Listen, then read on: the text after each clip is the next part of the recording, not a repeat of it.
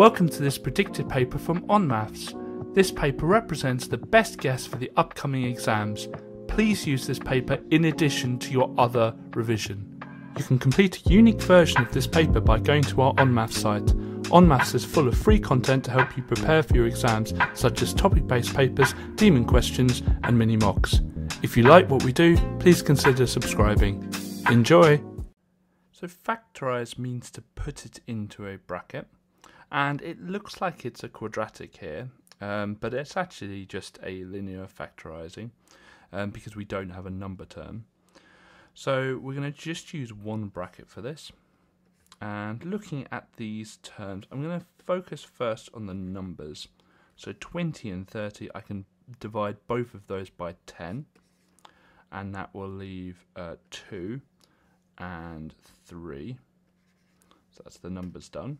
Next, I'm looking at the t terms. We've got t squared there and a t there. So we can divide out a t, but that will leave a t on the first term. And finally, I'm going to look at the u, and there's just a u on both of them. I can factorise out, and actually that just leaves nothing on the inside of the bracket. Now, always when you do this, expand the bracket to check if you've made any mistakes. So I'm going to do smiles and rainbows. There's loads of different methods. So 10 times 2 is 20, t times t is t squared, and then the u, plus 10 times 3 is 30, times t times u. So we know we've got the right answer. So our answer is 10tu brackets 2t plus 3. So this question says that Adrian, Ben and Charlie have some sweets, and the ratio of Adrian to Ben to Charlie is 9 to 6 to 13. But it also says that Charlie got 56 more sweets than Adrian. So there's 56 more sweets. Well, looking at the actual parts of the ratio, there are 4 more parts. So plus 4 parts, which represents plus 56 sweets. So the 4 extra parts are worth 56 sweets. So 4 parts are worth 56 sweets. So 1 part would be 56 divided by 4, which is 14 sweets. So all we need to do now is work out how many parts there are. Well, there are 9 plus 6 plus 13 parts, which is 28. And each part is worth 14 sweets. So the total number of sweets will be 28 times 14. So 28 times 14 is 392. The first thing we need to do is work out the area of the floor, and you'll notice that this is a trapezium. So with a trapezium, the formula is half a plus b times h, and a and b are the parallel sides, so these ones are the parallel sides, and the height is the one connecting the two bases, the two parallel sides. So we're going to start off by writing down the formula. So it'd be half a plus b h. So half times 2.8 plus 1.2 times 11. And when we do that, we get 22. So the area of the floor is 22 meters squared. And it says here that the tiles are sold in packs which cover 3 meters squared. So if each pack covers 3 meters squared, we're going to do 22 divided by 3, which will be 7.33 packs that we need. Now obviously you can't get 0.3 of a pack or 0.33 of a pack, so we're going to have to get 8 packs and just have some left over. So we'll need 8 packs in total. Okay, next thing we look at is the fact that the Jenny has a 25% discount. So we need to find out what 25% discount would do to the £18.60 for the tiles, or for the pack of tiles. And so what we're going to do is we're going to get the £18.60 and we're going to times it by 0.75. So we're just going to find 3/4 of it because she has a 25% discount, and that would be 1,395. So that's the tiles are going to cost £13.95. Now I've done this in pence and I've kind of muddled it together here, so really let's just go back because I've kind of done this in pence. So that would be 1,860 times 0.75, and so each pack will cost 1,395, and the reason we're doing this in pence is the answer needs to be given in pence, so I might as well just make that conversion now. And so it's going to be 8 lots of the 1,395 pence packs, which will cost in total 11,160 pence, or £111.60. But Jenny has £100 to spend, and we're asked how much extra does she need. So we're going to do the 11,160, take away the 10,000 pence that she has, which will give us 1,160 pence. So she needs to find £11.60 or 1,160 pence from somewhere. Integer just means whole number, so we're looking for all the whole numbers that satisfy these two inequalities. Well, the first inequality says that it has to be greater than 3. So the smallest number that is greater than 3 is 4. The second inequality says it has to be less than or equal to 8. So I'm just going to keep going till I get to a number that is less than or equal to 8. It can't be 9 because 9 is not less than or equal to 8. So our answer is 4, 5, 6, 7 and 8. Okay, so we're going to start by writing this out a little bit bigger, give us a bit more space. So it's minus 6x is less than 60. And we're going to do our tram lines down. And we're going to start by dividing both sides by minus 6. Because that's what this is doing, it's timesing the x by minus 6. So we're going to divide both sides by minus 6. So that gets rid of the minus 6 on the left hand side. And it's going to be 60 divided by minus 6, which will be minus 10. Now we've got to be really careful here, because whenever you times or divide both sides by a negative, you must switch the inequality. So instead of pointing to the left, it's now going to point to the right. So our answer is x is greater than minus 10.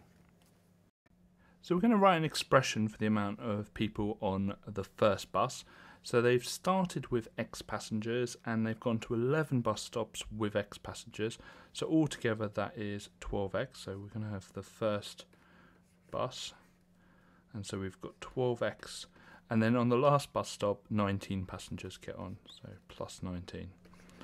Now for the second bus, well, we start with X and a further 5x come on, because 5 bus stops with X passengers, so that's 6x altogether.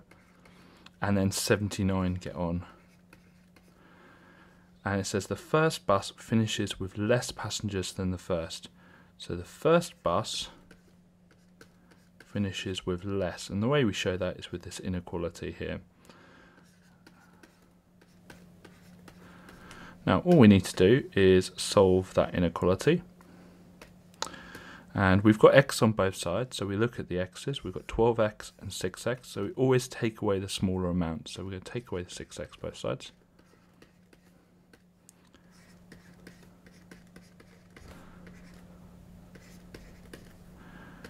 And next thing we're going to do is take away the 19 from both sides.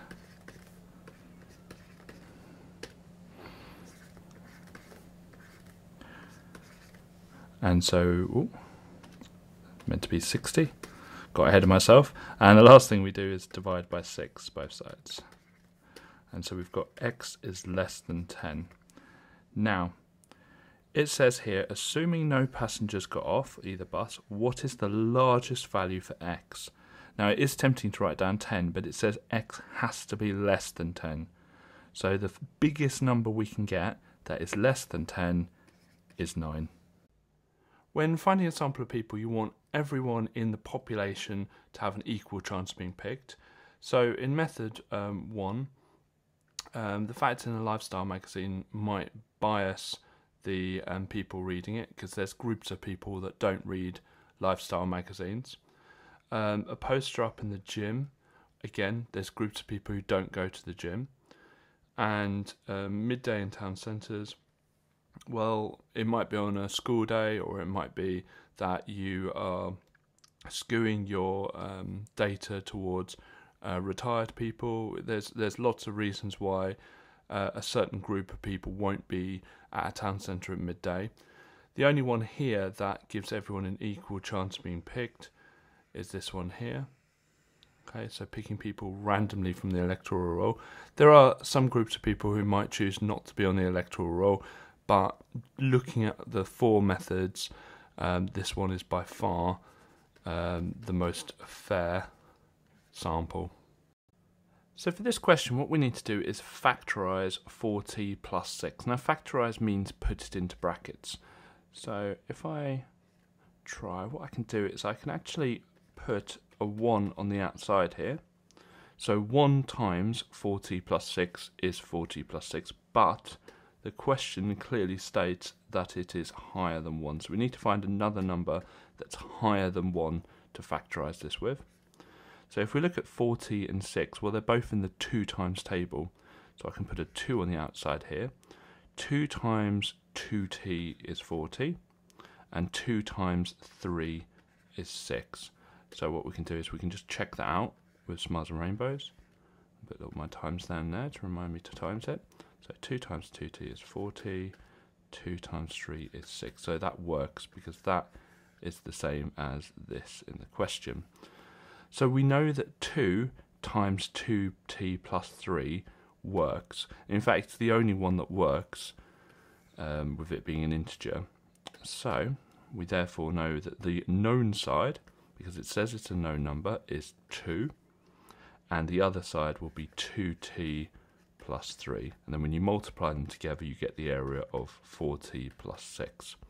So our answer, because it says the length is the known number, so that's the length, then we're finding the width, which is this one here. So it's 2t plus 3. So I'm going to start off just with a quick sketch, and we know that the bearing of B from A is 85 degrees. So we're going to have A here and B here. And let's just draw a line between them. And let's do both our north lines.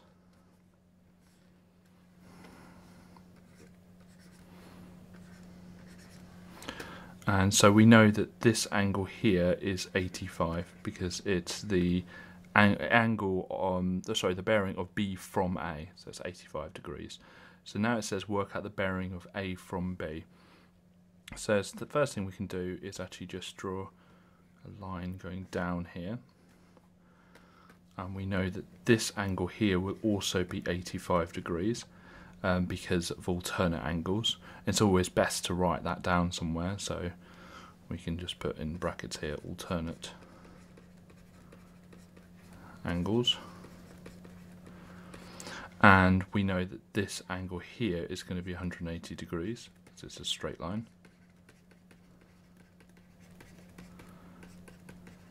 And I'm not a fan of doing the reasons on the diagram, so maybe perhaps I should have labelled this an x and this a y and written x equals 85 and y equals 180 somewhere else. And so to work out what the bearing is, I just need to do 180 plus 85. So 180 plus 85 is going to be 265 degrees. So we're going to start by understanding that all lines form or can form an equation y equals mx plus c, with m being the gradient and c being the y-intercept. It says here the gradient is -2, so we've already got a bit of a head start with this, but we don't know what the y-intercept is. So we're going to use this first set of coordinates to work out what the y-intercept is. So y is -31 and x is 15. And we're going to use this to solve and find out what C is. So first thing I'm going to do is, well, just tidy this up. 2 times 15 is 30, so minus 30 plus C. And I'm just going to add 30 to both sides to get C on its own. So that would be minus 1 equals C. So C is minus 1. So we now know that the equation is y equals minus 2x minus 1. And we're told that the y is minus 37. And we're looking for the x value, which they've called w. So let's get our solving lines in. Okay, so the first thing I'm going to do is add 1 to both sides. And so it would be minus 36 equals minus 2x. I'm going to now times, or divide everything by minus 2. And a negative divided by a negative is positive. 36 divided by 2 is 18. And then obviously that gets rid of the coefficient of the x, so it's just x. So x equals 18. So the x value is 18 and the x value is the w value. So w is 18. So the first thing we're going to do is work out the area of the trapezium.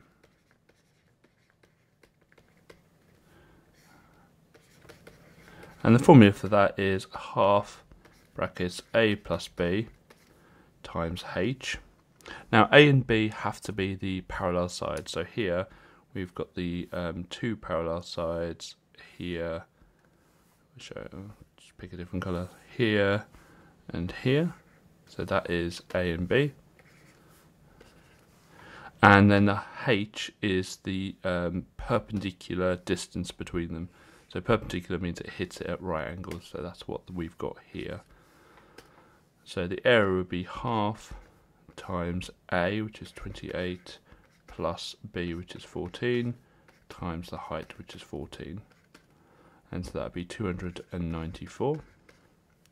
Next we'll do the circle. Now it doesn't look like we've got anything for the circle, but actually the height here is actually the height of the circle as well. So the height of the circle is the same as the diameter. So the diameter of the circle is 14. Therefore the radius would be half of that, which is 7. And the area of a circle is pi times the radius squared. So it would be pi times 7 squared, which will be 153.938 blah blah blah. Now I'll keep that in my calculator, because next thing we'll do is the shaded area part, and it says we want to work out the area of the shaded region. So the area will be the total area, which will be the trapezium, take away the area that we don't want, which is this bit here, which will be the circle. So the trapezium's 294, the circle's 153.93 blah blah blah, and when you do that you get 140.061 blah blah blah. It says it wants it to 2 decimal places, so it would be 140.06. So let's write these numbers out, and the first thing to do is work out what the numbers are going up by. So they're going up by minus 3, because they're minusing 3 each time. So we know that the number before the n is going to be minus 3. So whatever they go up in is the number before the n. Then what we do is we go backwards to find the 0th term. So actually going backwards, we would add 3. And we would find it to be 20. So whatever numbers our 0th term, because 17 is our first term, is going to be what we add to the minus 3n. So it's going to be add 20. So our answer is minus 3n plus 20. So we're looking for angle DEC, which is this one here, but we can't go directly there. We've got to kind of work our way towards it. And the first thing I'm going to look at is these set of parallel lines here. And we've got a line going through these parallel lines, which is this line, if I try and do it without removing it, this line here. And so therefore this angle here and this angle are going to be corresponding. So this is going to be 69 degrees. So I need to write that down properly.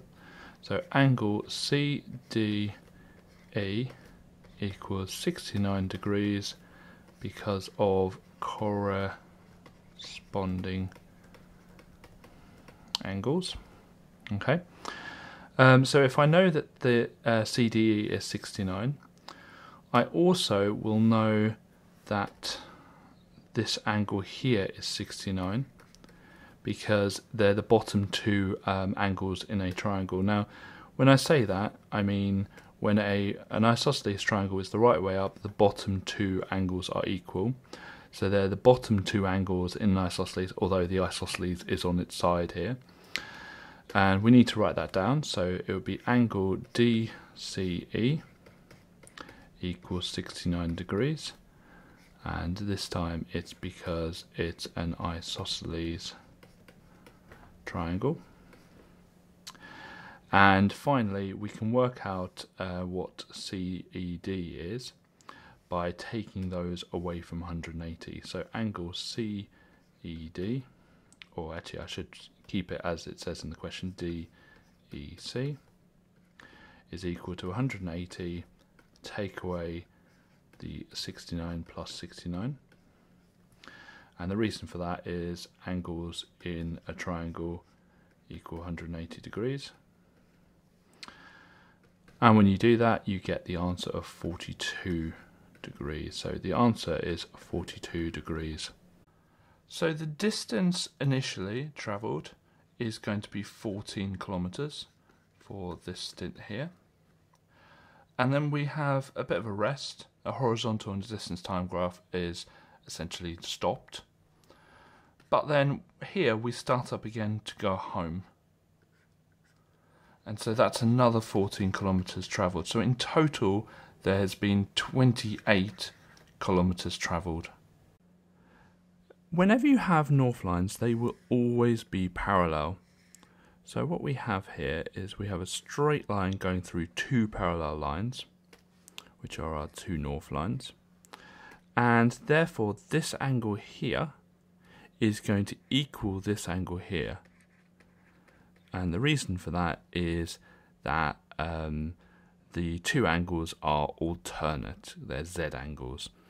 So we can say that that is 135, and I always like to try and show the examiner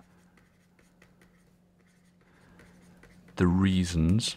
So that's because it's alternate angles. And we know also that angles on a point add up to 360. So this red angle represents the bearing of A from B. And so to find this angle out, what we're going to do is just 360 take away 135. And the reason for that is angles on a point equal 360 degrees. And when we work that out, we get the answer of 225. So our bearing is 225 degrees. With this question, you've just got to know what the different functions look like. So with C and D, we've got quadratic functions. One's a positive quadratic, which is a U shape. One's a negative quadratic, which is a kind of upside down U shape or an N shape. And here we don't have that, so we can get rid of those in our thoughts straight away. A is a positive cubic, which goes up, then down, then up again. And B is a negative cubic, which goes down, up, and then down again. So this one here goes up, down, up again. That's going to be a positive cubic. So our answer is A. There are two shapes we need to find the volume of. There's this cylinder here and this hemisphere here. So we might as well start with this cylinder. And the formula for the volume is pi times r squared times height. So it's the radius is 9, so 9 squared times the height, which is 30. And when we work that out, we get 7,634.070, blah, blah, blah. Next is the hemisphere.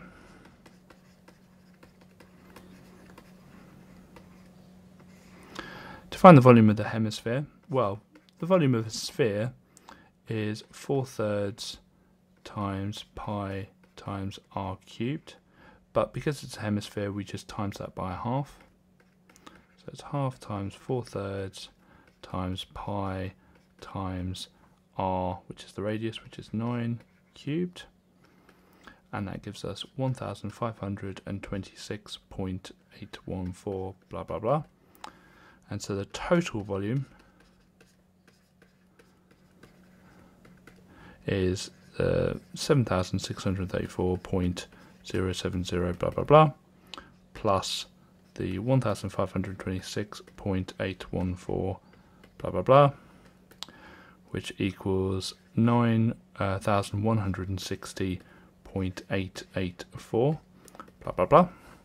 It says it wants it to 2 decimal places, so when we round that, we get 9,160.88. So this question will probably need a Venn diagram just to make it a bit easier. So I'm going to draw a Venn diagram. You don't need to. If you can work out how to do this question without, you can do. But I think this is a really tricky question to do without a Venn diagram. So it says that they picked 2 activities. It was either painting, which I'll put as a P, and sport, which I'll put as an S. So let's start filling in the information it gives us. So 11 picked painting and sport, so that will go in the middle because that is painting and sport, and 11 didn't pick painting or sport, so they can sit on the outside. Now here's the problem. It says twice as many people picked sport than painting as one of their activities.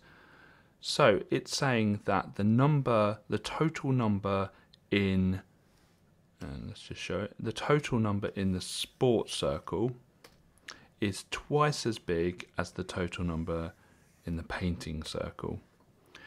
Now, what we can do is we can say, okay, so if the painting we label as X, then the sport will be 2X. But if you look, we've already got a number already in the sport, that 11 there. So in algebra, this will be 2X take away the 11 that we already know about. And the painting is the same. We know the whole thing is X. So what we're going to do is we're just going to take away the bit we know there, which is the 11, and it will be X minus 11. Now we know that there are 66 students in total. So what we can do now is add up all of the parts of the Venn diagram and get it equal to 66. So X minus 11 plus 11 plus 2X minus 11 plus 11, and all of that will equal 66. This is going to be some solving, so we're just going to put our lines in. Now here we've got X plus 2X, which is 3X.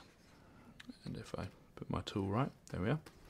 And we've got minus 11 plus 11, minus 11 plus 11. Well, those just cancel out. So we're left with just the 3x equals and then 66.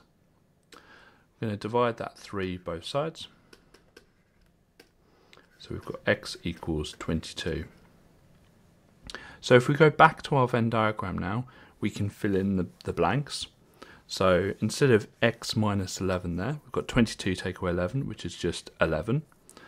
Instead of 2x minus 11 there, we've got 22 times 2, which is 44, take away 11, which will be 33.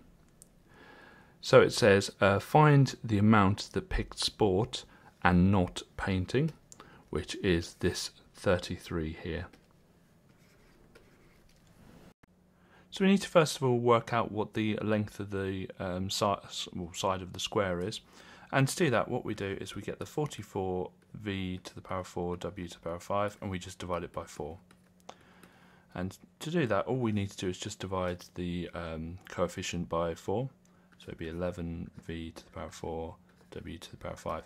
Some people will try and do something with the v to the power 4, the w to the power 5. But if you think about it, if I just draw out my square, if it's 11v to the power 4, w to the power 5 all the way around.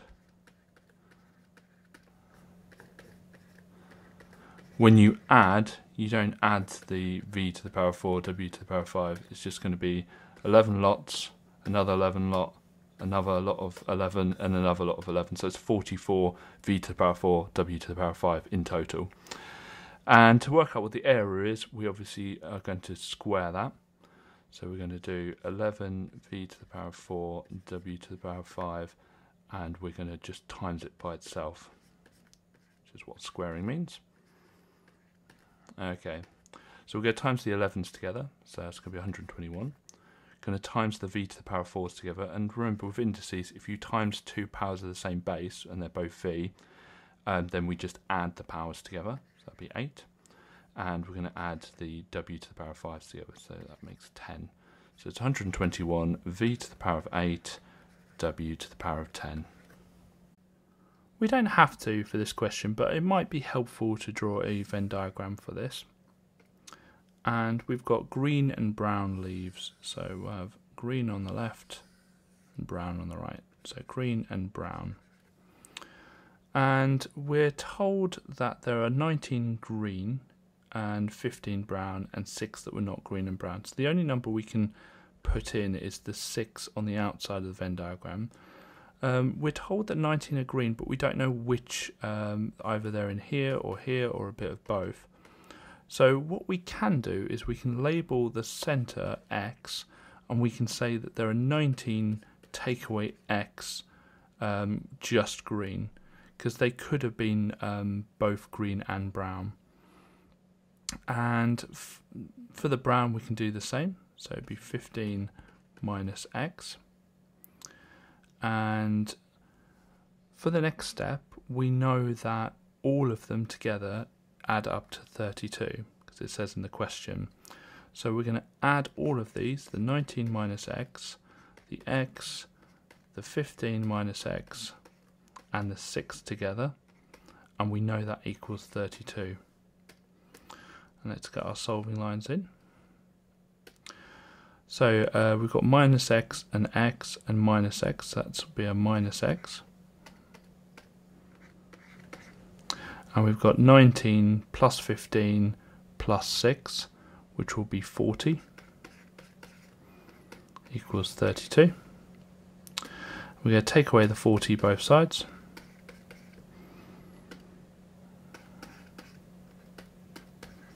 And we can just times by minus 1 both sides to make them both positive.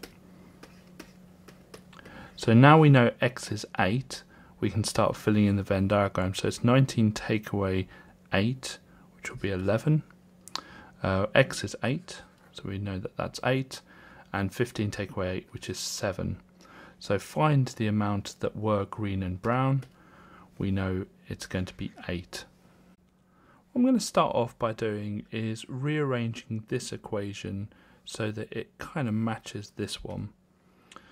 So I'm just going to write it down.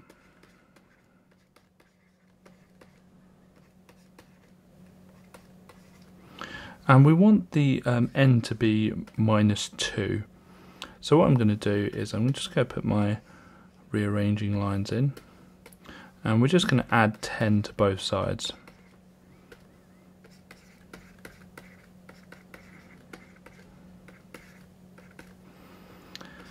Now, we've already got this line drawn for us on this graph. And so all we need to do is draw this line. So we've got y equals 10x squared plus 8x minus 2 drawn for us. We just need to draw this line, which is y equals 10, and see where they cross over to find the solutions. So y equals 10 will be all the way up at the top. Let's just make sure I get it nice. There we are. I need to move that up a little bit. There we are. And let's read off the values that that gives us. So it comes down here, and it comes down here. So the values it comes down to are minus 1.6 and 0.8. And those are our solutions. So we notice with the simultaneous equations, we've got the coefficients of the x and the y's different. And I always focus on the y's. So I'm going to make the y's the same. And there's no reason you couldn't focus on the x's and make the x's the same. It's just I tend to always focus on the y's. So what I'm going to do is figure out what 3 and 8, so I'm ignoring the signs, what's the lowest common multiple of 3 and 8, so what's the first number in both of their times tables, and that's going to be 24, so I need to make them both 24. So I'm going to write out the first equation, so 2x minus 3y equals 12. Get my lines in, and I'll notice that I'm going to times everything by 8 to make that y, the coefficient of the y, to be minus 24.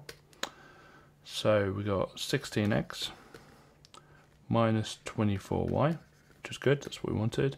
And then we're going to do 12 times 8, which is 96. Going to write the second equation, so we've got 3x plus 8y equals minus 7. And this time I'm going to times everything by 3. And so we've got 3 times 3, which is 9x, plus 24y, which is good, that's what we wanted, and then minus 7 times 3, which is minus 21. So I'm going to write these out again, so 16x minus 24y equals 96, and 9x plus 24y equals minus 21. So with simultaneous equations we're working downwards, so I'm just going to show that with circles.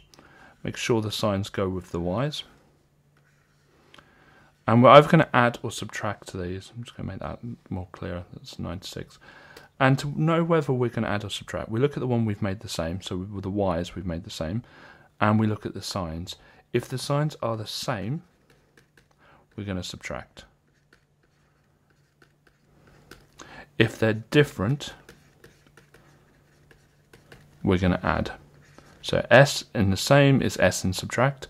The D in the different is the D in add. Well, looking at them, they are different because the first one's a negative 24, the second one's a positive 24. So we are going to be adding. But we're not just going to add those, we're going to add all of them going downwards. So we're going to do our kind of sum line, and we're going to add going downwards. So 16x plus 9x is 25x. Minus 24 plus 24 is going to be 0, which is good. That's what we wanted. We want to get rid of the y's. And then we've got 96 plus minus, so effectively minus 21, which is 75. Do a quick solving by dividing both sides by 25. And we've got x is equal to 3. Now we know what x is, but we've got to find out what y is. So what we're going to do is substitute the value of x into the first equation. So we've got 2 times 3 minus 3y equals 12. Well, 2 times 3 is 6, so we're going to take away 6 both sides. And we've got a minus 3 as the coefficient there, so we're going to divide both sides by minus 3. So we've got y equals minus 2. When we draw vectors, the top component of a vector is how far right, and the bottom is how far up. So we're going 4 right and 2 up. So I'm going to just plot a point on our graph, and I'm going to jump 4 to the right. 1, 2, 3, 4. We're going to go 2 up. 1, 2. And our end coordinate is going to be here. So we're going to just join these up with a straight line. The direction is, well, we started at the bottom left and we ended at the top right. So the direction is this way. And it says to label it A. So A. So we're going to first of all find out how many potatoes were below 22 grams. So we're going to draw a line up at 22 and a line across. And that is 13. So there are 13 potatoes below 22 grams. And so to work out the probability of picking one below 22 grams, it's the amount that we have below that amount, or below that weight, over the total amount of potatoes, which will be 20. So it'd be 13 over 20, which is equal to 65 over 100. So that would be 65%. First thing to notice is we actually have 2 radii here. So we've got this radius here, and this radius here, and all radii are always equal in length. So we have an isosceles triangle here. So this angle here is going to be 19x as well, and we've got to write that down. So we're going to say angle OBA is equal to 19x, and the reason is it's an isosceles triangle. Okay, so we know these two are equal. Well, we also can work out x because, as I said before, we have a triangle here, and all angles in a triangle add up to 180. So we've got 7x plus 19x plus 19x equals 180 degrees, and this is angles in a triangle. Try and draw a better triangle, equal 180 degrees. Try and write out these reasons in full. Okay, so that's going to be, was it 45x equals 180, and let's get our solving lines in, and we're just going to divide both sides by 45.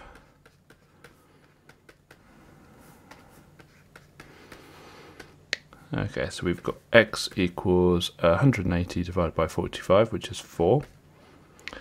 Now, we're looking for this angle here. That's angle ABC.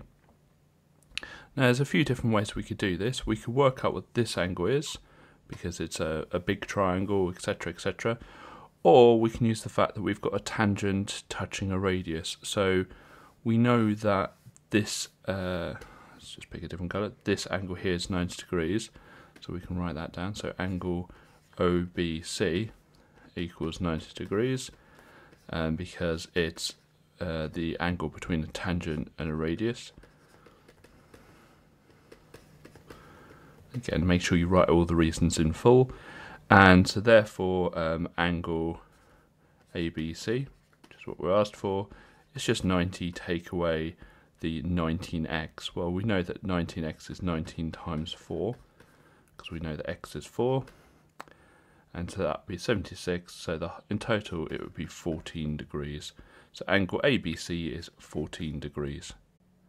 So we're going to go through one way in which you can do this question. With circle theorems, often there are multiple different approaches, and so if you do a slightly different method, but you've written down all the working and you're happy with it, and you get the same answer, it's probably fine. Just don't forget with these, always show every step of your working out, because normally, say there's 3 marks for this question, 1 will be for the answer and 2 will be for the working out.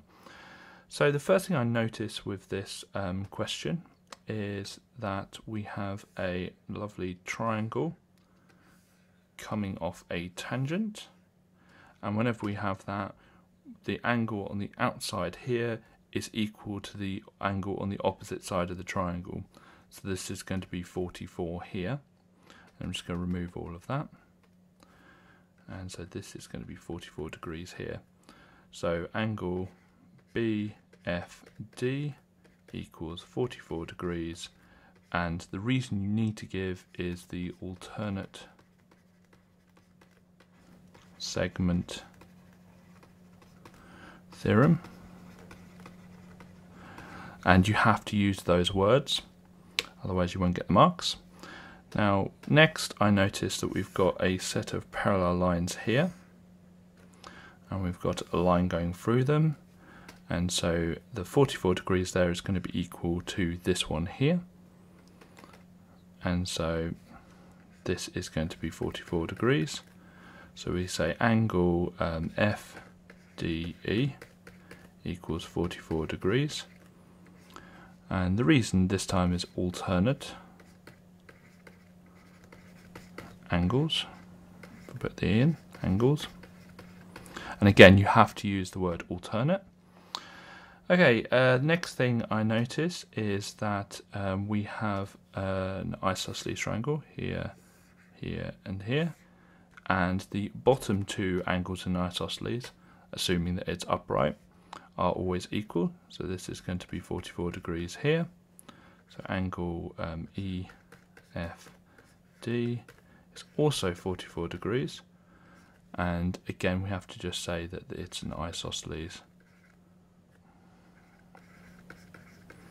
triangle. Okay, just highlight the fact it's an isosceles triangle. Okay, next thing we're going to work out is this one here, and it's just angles in a triangle. So angle FED is going to be 180, take away the 44 plus the 44, and the reason is angles in a triangle add up to 180 degrees. And so 180 take away the 44 plus the 44 is 92 degrees. And finally, took us a while to get there, but finally we can work out what this angle is, because in total all four corners of this quadrilateral here are touching the circle, so it's a cyclic quadrilateral. And so angle, what's it called in the question? Angle FBD is going to equal 180 take away 92. And again, we have to show the reason of the fact it's a cyclic quadrilateral.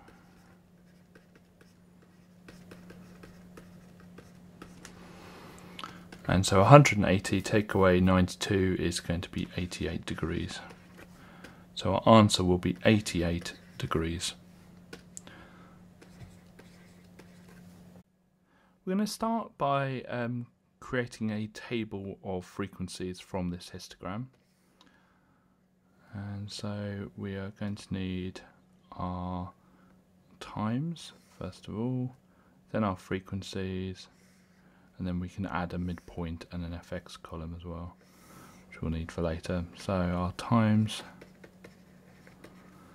then our frequencies, then our midpoints, then we'll do the fx later on. Right, so the first group is 0 to 10. And to find the frequency, well, I might as well just show this. So the frequency density is proportional to the frequency over class width. The class width here is 10, and the frequency density is 1.2, so 10 times 1.2 will be 12. And then the next group is up to 30, so we're doing 20 times 3.2, which will be 64. And then the final one will be 30 to 50. So again, we're doing 20 times 0.8, which will be 16. Okay, so we've got our table from the histogram, and we're asked to find the mean. So hence us doing the midpoint, etc. So the midpoint is 5, 20, and 40. And then the fx, we just times these together, and that would be 60, 1280, and 640. Now, something I said earlier is that the frequency density is proportional to the frequency divided by class width. It does tell us there are 92 people, and if you do the sum of the frequencies, you do get 92. So we know that it's a one-to-one relationship. Okay, so let's do the sum of the fx by adding up these numbers here, and you get 1980. So to find the mean, we do the sum of fx over the frequency, sum of the frequencies, and that will give us 21.521 blah blah blah, and two decimal places, which is what the question asks for, it's 21.52. We're going to start by working out what outcomes will give us two different types of drink. So we could have OA or AO. We could have AW or WA, and we could have OW or WO. Now, what we notice really when we do this is that OA gives us the same probability as AO, same with AW and WA, same with OW and WO. So we're going to just ignore the right hand side ones, and we're just going to focus on the left hand side ones. To work out the probability of O and then A, so orange juice then apple juice, we work out the fact that it's 6 over, well, the probability of picking orange juice first of all is 6 over 27. And then if we picked an orange juice, the probability of picking an apple juice would be 9 over 26. And so that would be 54 over 702. Apple juice then water would be 9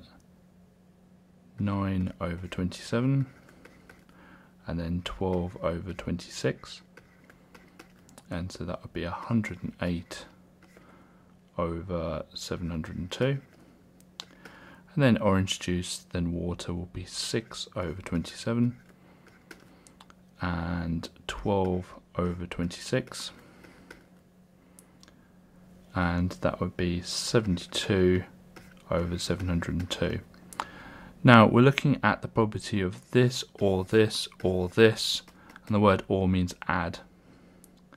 So the probability of OA or,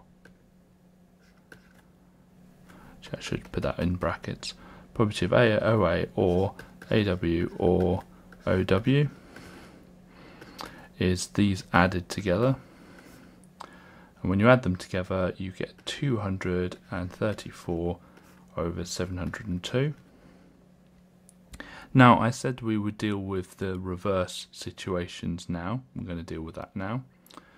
And as I said, OA is going to be equal to AO, AW is equal to WA, and OW is equal to WO. So all we need to do to find the probability that the drinks are different is get the 234 over 702 and just double it. And we can do that by just doubling the numerator. So 468 over 702. That cancels down to 2/3. So there is a 2/3 chance that the drinks will be different. So we're going to just quickly write out our sequence. So 9, 22, 41, 66 and 97. And we're going to find the differences of each of them. So that's going to be plus 13. Then we've got plus 19. So they're different already. We know that it's not a linear sequence. And that's going to be plus 31. So we now look at the difference of the differences. And so we've got plus 6 again, and plus 6 again. When you have a difference of differences, it's going to be a quadratic sequence. And we're interested in what the difference of differences is, because what we now do is get that 6 and we always halve it, and it gives us 3. Now that 3 is actually really important because that is the coefficient of the n squared. So we know our sequence will begin 3n squared. So we're going to do a table now to see what the rest of the sequence will be.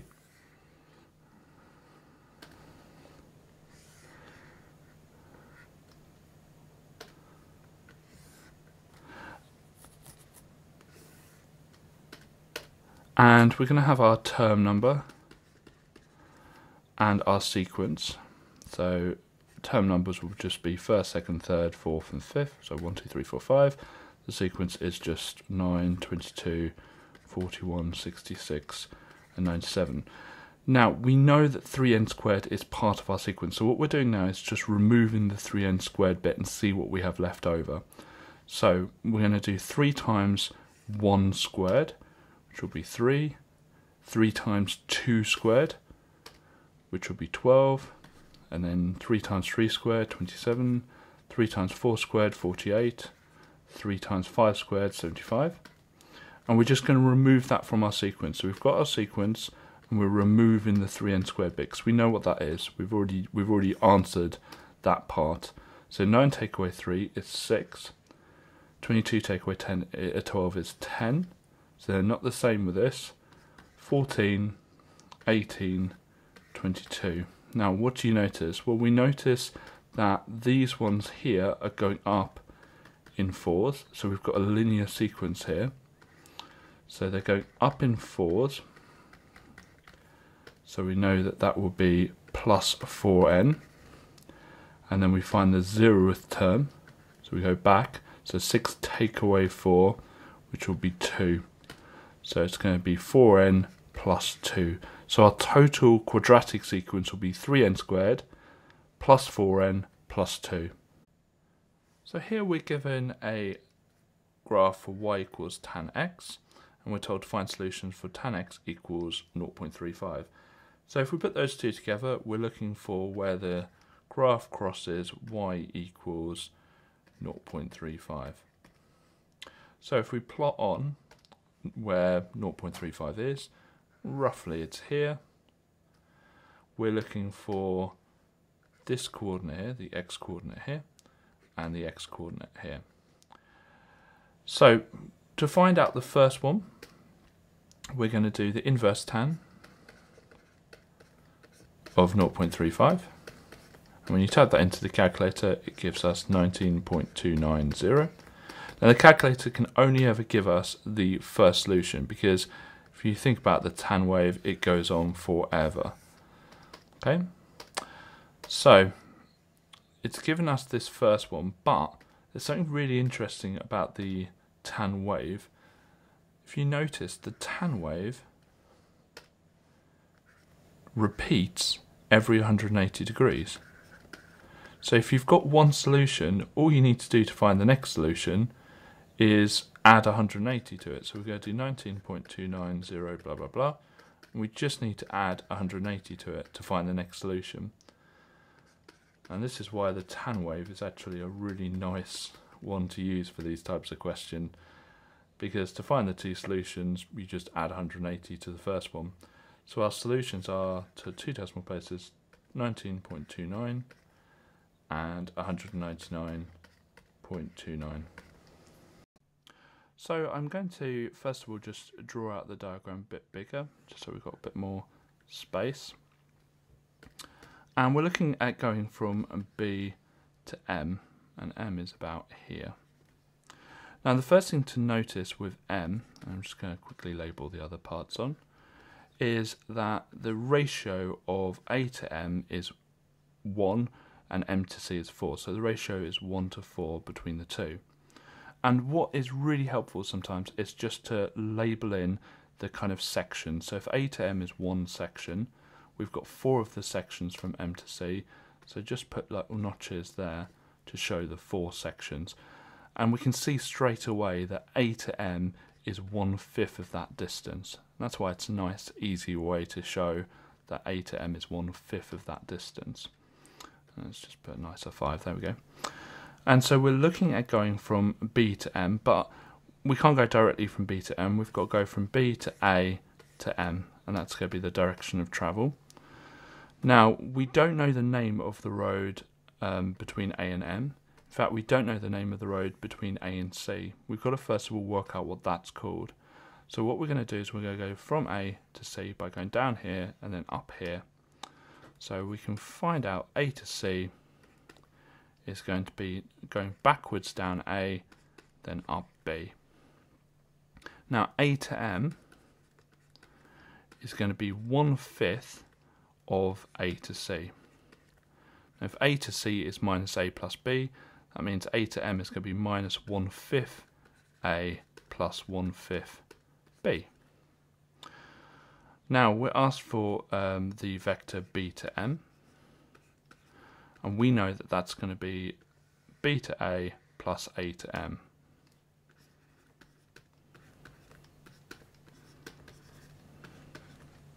We know B to A because it's labelled, it's just A. And we know A to M because we've worked it out down here. And it should be minus, let's get rid of that, because we know it's going to be minus 1/5 A plus 1/5 B. And so A minus 1/5 A is going to be 4/5 A. And then we've got the 1/5 B. So it's going to be 4/5 A plus 1/5 B. So there's a third on the outside of our function here, so we're timesing our function by a third, and it basically means all the y coordinates will just be divided by 3. So if we pick a y coordinate here, that's currently at 6, or 2, 6. That will turn into 2, 2. Same with this point here, same with this point here. And we can see that it's kind of moved towards the x-axis by a factor of 3. I'd say a third as high at the top and a third as low at the bottom. It will still cross the x-axis there because 0 divided by 3 is just 0. And this is quite a difficult one to draw, but we can hopefully manage it. And it should look something like this, with a much smaller move up and down, and then it will just shoot up there, somewhere there. So the angle we're looking for, if I just draw a line here, the angle is HEG, which is this one here.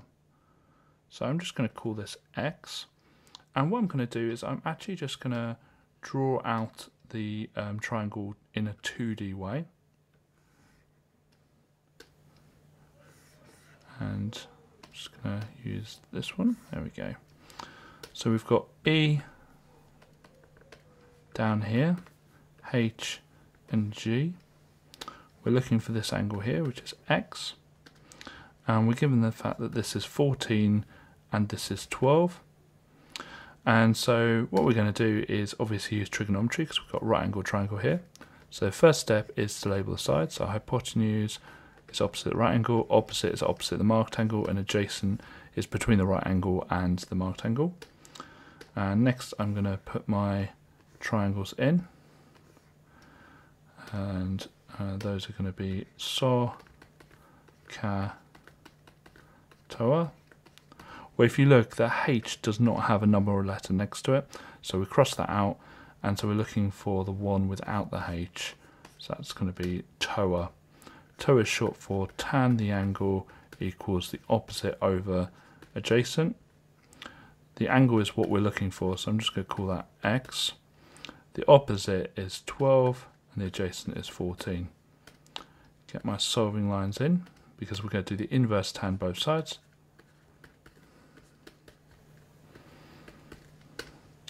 So we've got X equals the inverse tan of 12 over 14, which is 40.601 blah blah blah. And to 2 decimal places, that will be 40.60. You can complete a unique version of this paper by going to our onmaths site. onmaths is full of free content to help you prepare for your exams, such as topic-based papers, demon questions and mini mocks. If you like what we do, please consider subscribing.